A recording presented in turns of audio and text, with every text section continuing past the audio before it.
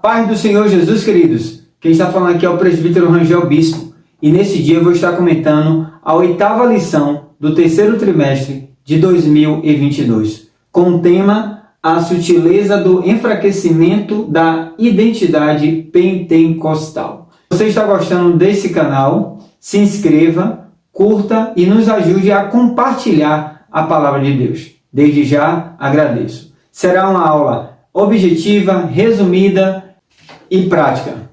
Ok? Deus eterno, abençoa, meu Deus, esse estudo. Que o Senhor se faça presente, abrindo o nosso entendimento para poder compreender a mesma e praticar a Tua palavra. Em nome de Jesus. Amém. Lição 8, 21 de agosto de 2022. O tema, a sutileza do enfraquecimento da identidade pentecostal. O texto áureo diz: E todos foram cheios do Espírito Santo e começaram a falar em outras línguas, conforme o Espírito Santo lhes concedia que falasse. Atos capítulo 2, versículo 4.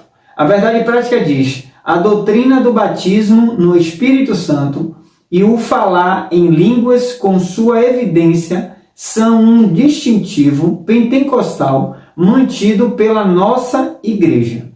A leitura bíblica em classe, Atos capítulo 2, versículo 1 ao 4, está escrito: Cumpriram-se os dias de Pentecoste e estavam todos reunidos no mesmo lugar, e de repente veio do céu um som como de um vento veemente e impetuoso, e encheu toda a casa em que estavam assentados.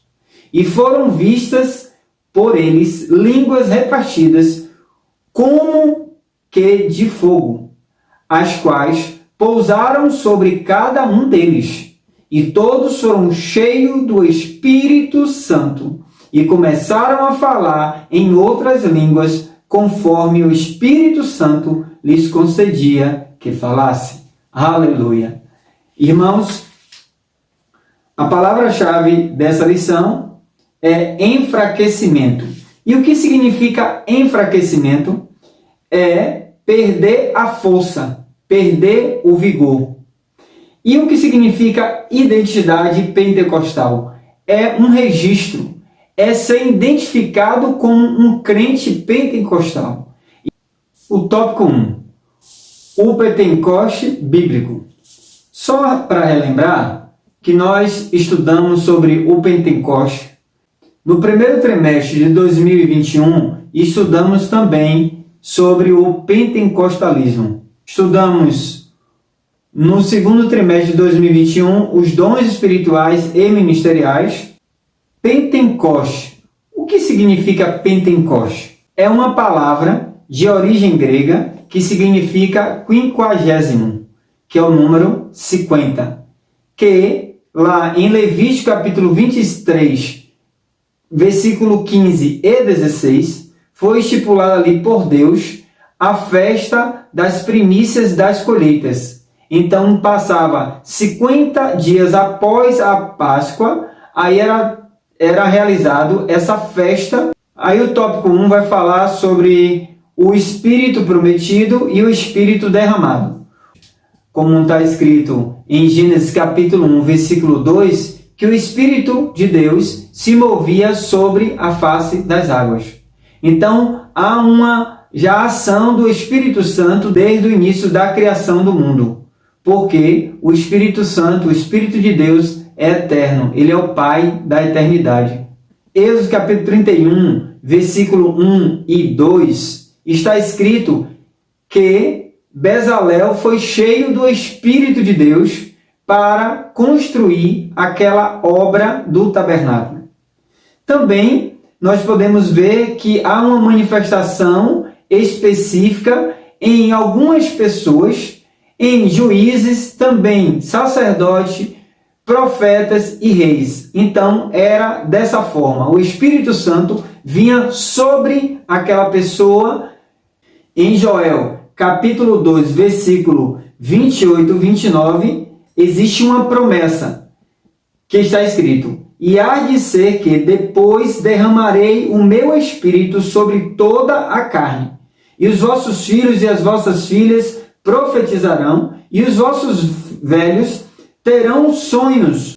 Os vossos jovens terão visões, e também sobre os servos e sobre as servas, naqueles dias derramarei o meu Espírito.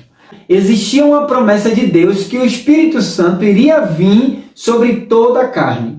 Em Atos capítulo 2, versículo 1 ao 4, o qual a gente leu na leitura bíblica, mostra que todos estavam reunidos. Por quê? Porque após 50 dias da ressurreição de Jesus Cristo, os discípulos estavam esperando em Jerusalém, aproximadamente 120 pessoas, e todos foram cheios do Espírito Santo de Deus. Então, o que Joel profetizou lá atrás estava se cumprindo aqui em Atos capítulo 2, versículo de 1 ao 4. Atos capítulo 2, versículo 16 e 17. Olha o que está escrito. Mas isto é o que foi dito pelo profeta Joel. E nos últimos dias acontecerá, diz Deus, que do meu Espírito derramarei sobre toda a carne, e os vossos filhos e as vossas filhas profetizarão, os vossos jovens terão visões, e os vossos velhos sonharão sonhos. E também do meu Espírito derramarei sobre os meus servos e as minhas servas naqueles dias, e profetizarão. Observe que a promessa lá atrás, em Joel, estava se cumprindo ali no dia de Pentecostes.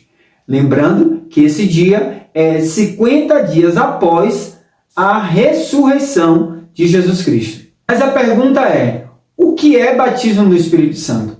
É bom salientar que são temas que requer um ensino mais profundo. Isso geralmente você adquire quando você vai para os cultos de doutrina, onde você aprende de uma forma mais específica sobre o assunto. Aqui eu vou sinalizar algumas coisas de uma forma bem resumida, mas é um conteúdo gigantesco que depende aí de horas e mais horas para trazer um estudo. Mas vamos resumir. Então, o batismo. O que é o batismo do Espírito Santo? E para que serve? Às vezes a pessoa fala tanto, mas não sabe o que é e nem sabe para que serve. Vamos entender? Eu peguei aqui esse revestimento, que aqui está a foto da minha esposa amada, querida Adriana. Vamos entender que uma parede do banheiro, que está só rebocada, sem um revestimento, vai dar infiltração, vai dar também limo, dentre outras coisas. Mas quando você faz um revestimento, essa água vai bater e não vai mais causar danos àquela parede. Então, o batismo no Espírito Santo é um revestimento de poder, de proteção para eu e você. Assim como ele é um revestimento de poder, ele também serve para quê? Para eu e você anunciar o Evangelho de Jesus Cristo. Para nós anunciarmos o Evangelho de Jesus Cristo e também realizar milagres de poder, como curar enfermos, expulsar demônios, dentre outras coisas. Atos capítulo 1, versículo 8, está escrito: mas recebereis a virtude do Espírito Santo, que há de vir sobre vós, e ser-me-eis testemunhas, tanto em Jerusalém, como em toda a Judéia e Samaria e até os confins da terra. Então, o batismo no Espírito Santo nada mais é do que um revestimento de poder para você investir, para você anunciar o Evangelho de Jesus Cristo por toda parte. E como é que a pessoa é batizada?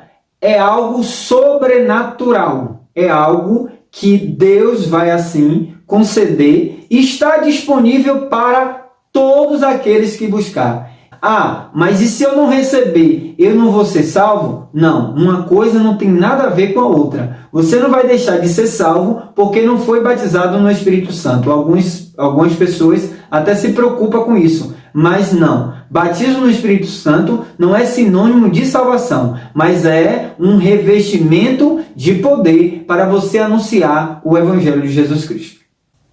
Presbítero Rangel, então você pode me perguntar, existe alguma receita para eu receber esse batismo no Espírito Santo, já que eu estou buscando? Existe. Você se consagrar mais, você orar mais, você jejuar mais, você ler mais a Bíblia, para que Deus possa, sim, realmente lhe dar essa bênção, conceder esta bênção, porque está disponível para todos. Mas depende também da minha e da sua insistência diante de Deus, até porque você quer para uma obra específica. Você quer não somente porque para ter um status, eu sou batizado no Espírito Santo. Não, você quer porque você tem consciência do que é o batismo no Espírito Santo para anunciar o Evangelho. É bom lembrar que Pedro, o líder da igreja primitiva, ele negou Jesus diante daquelas duas criadas e algumas outras pessoas. E todos os outros apóstolos fugiram com medo, mas quando Jesus ressuscitou, que mandou que ele ficasse em Jerusalém, até porque todos estavam com medo de evangelizar. Mas Jesus disse, olha, vocês vão ficar em Jerusalém até que vocês sejam revestidos de poder. Foi tanto que, depois daquele revestimento de poder, todos saíram e Pedro começou a anunciar, como diz lá em Atos capítulo 2, versículo 41, e ele anunciando o Evangelho, quase 3.000 almas se converteram ao Senhor Jesus. Podemos notar que o revestimento de poder é uma arma poderosa para todos os crentes, até porque somos soldados de Cristo e estamos em uma guerra contra o mal. Tópico 2. Distintivo pentecostal da nossa igreja. Ou marca pentecostal, o emblema pentecostal. Fala o subtópico 1, a atualidade dos dons espirituais. Agostinho de Hipona, em 354 a 430, introduziu ali um erro doutrinário, ou seja, uma heresia, dizendo que tinha cessado os dons espirituais, que era só para o tempo dos apóstolos.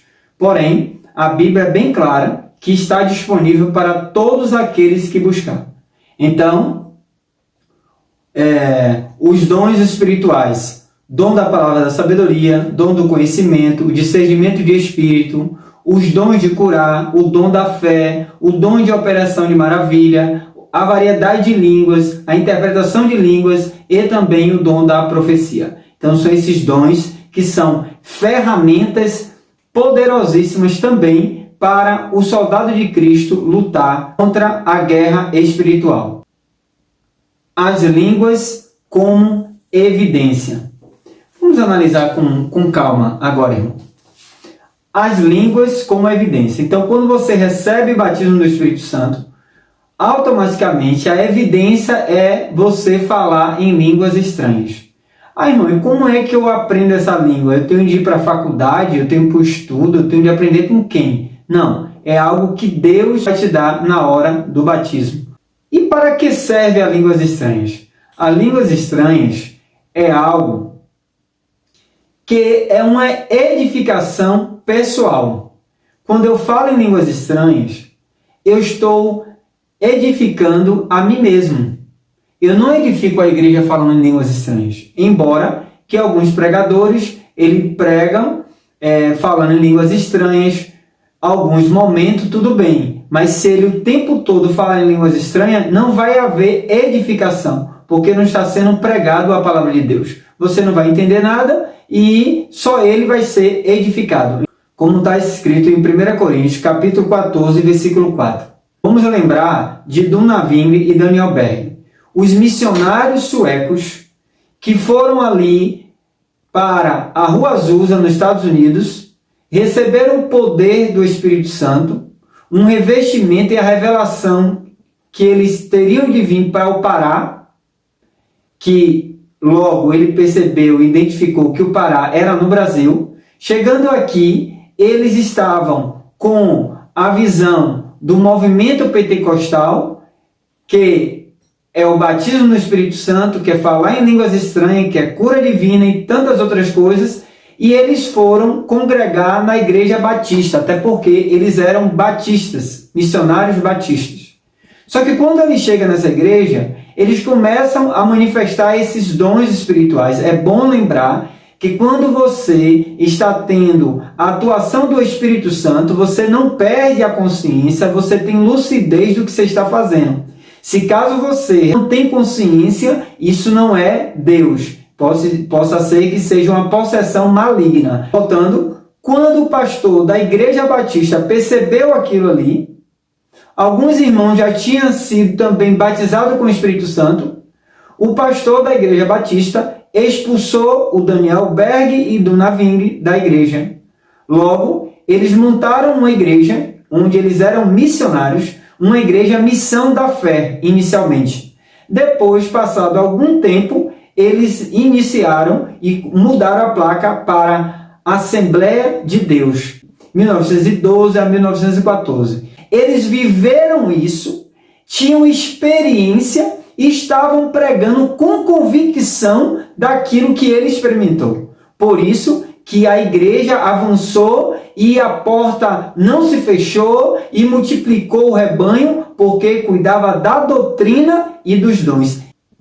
Isso é ser um crente pentecostal. É amar a Bíblia, é cuidar da doutrina dos apóstolos, que essa doutrina dos apóstolos era a doutrina de Jesus Cristo. No tópico 2, o comentarista está finalizando. Contudo, nos dias atuais, esse ensino tem dado sinais de enfraquecimento. Isso por conta de ensinamentos sutis que negam a doutrina das línguas como evidência inicial do poderoso batismo pentecostal. O comentarista, ele está sinalizando da nossa igreja.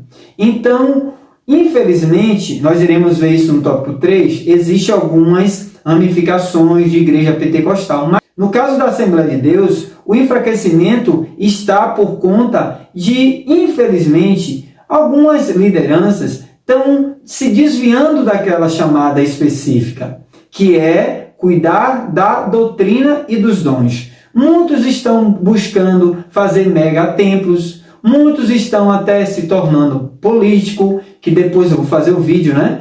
Eu estou preparando esse vídeo sobre pastor, ele pode ser um político? Espere que eu vou estar lançando brevemente aí no canal.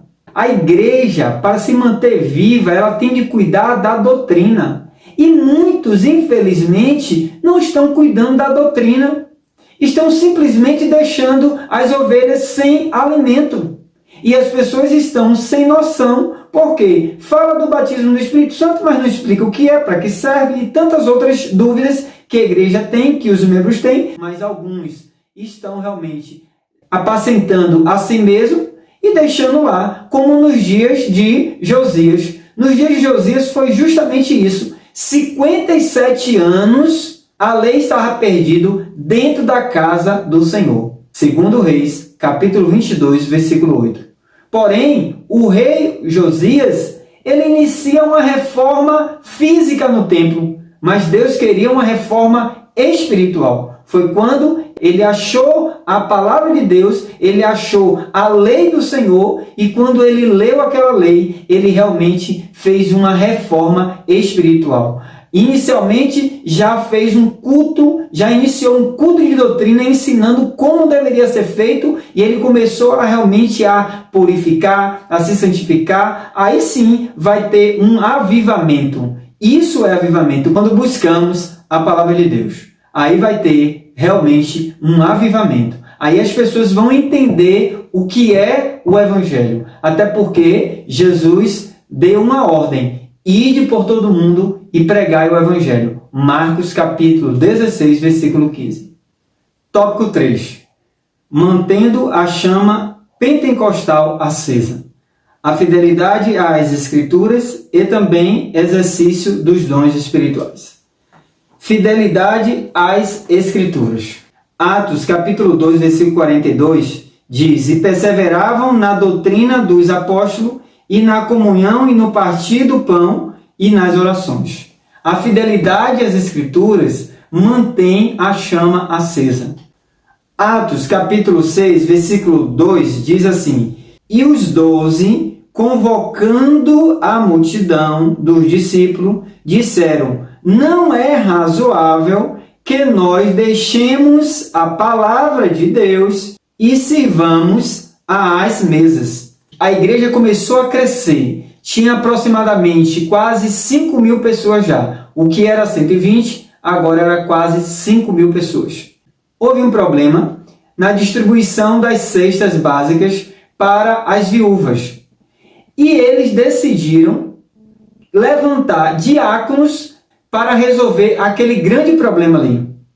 Enquanto isso, você percebe que eles não deixaram e não abandonaram a palavra de Deus. Isso é fidelidade. Mas, infelizmente, nos dias de hoje, está sendo assim. Existe um afrouxamento doutrinário, não está tendo prioridade na palavra. Você vai para uma ministração, não são em todas, mas algumas, você percebe que são 20 minutos de palavra, tem filosofia humana, os coaches pregando dentro das igrejas, infelizmente. Muitas igrejas, infelizmente, que deixaram de anunciar o evangelho, porque não tem um estímulo. E note que os apóstolos eram líderes e eles davam exemplo. Por isso que a igreja crescia. Como a igreja também, quando iniciou em Dunaving e Daniel Berg, eram homens que priorizavam a doutrina e também os dons. Nunca os dons em primeiro lugar. Primeiro a doutrina, depois os dons. Por quê? Porque tem muitas igrejas, infelizmente, que não sabem administrar os dons espirituais. Como na igreja de Coríntios, que tinha todos os dons, mas estava uma desordem, uma confusão terrível. E o apóstolo Paulo, doutrinando aquela igreja, em 1 Coríntios capítulo 12, versículo 10, fala sobre o dom do discernimento de espírito.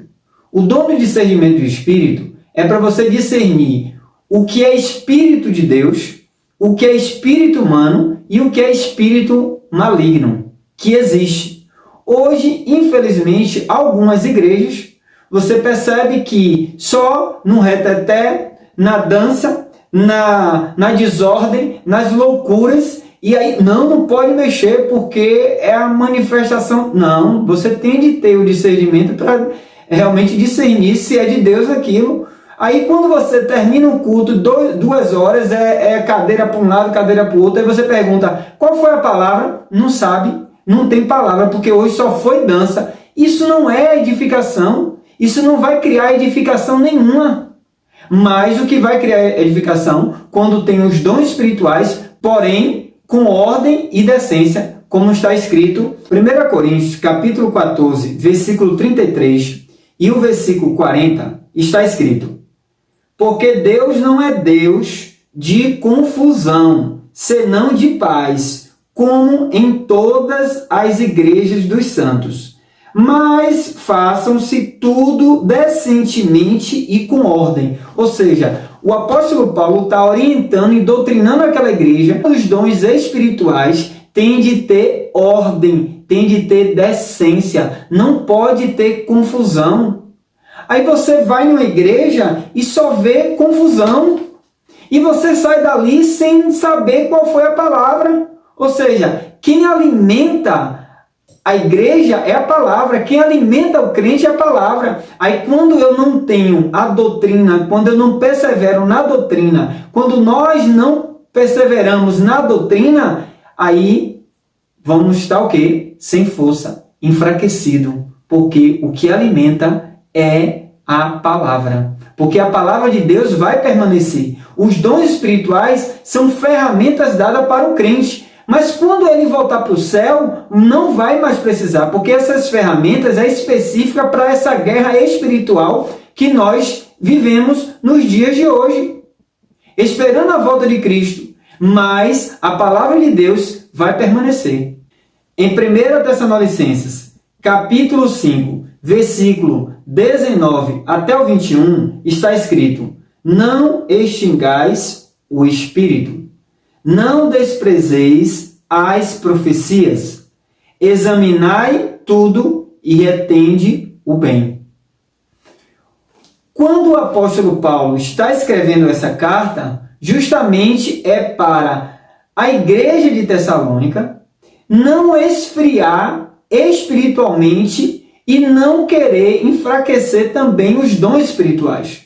Porque eles pensavam, se a igreja de Corinto tinha todos os dons, estava em uma confusão, é melhor eu não ter. Então, mas é de fundamental importância ter um equilíbrio entre dons espirituais e palavra. Primeiro palavra, depois os dons espirituais. Porque se eu pensar só também na palavra e esquecer os dons espirituais, eu vou deixar de utilizar as ferramentas que Deus preparou, que Deus disponibilizou para todos aqueles que buscar, e vou ficar só na palavra. Amém? Amém. Mas os dons espirituais têm as suas funções específicas para cada momento, para cada situação. Por isso que tem de ter o bom senso, o equilíbrio diante dessa situação. E que nós possamos saber utilizar bem, alimentar o nosso espírito com a palavra para não sermos enfraquecidos e também perder a força pentecostal. Ok? Que Deus abençoe. Você que gostou desse ensino, como forma de agradecimento, se inscreva e nos ajude a compartilhar a palavra de Deus. Ok? Até o próximo estudo, se assim Deus permitir. Fica com Deus.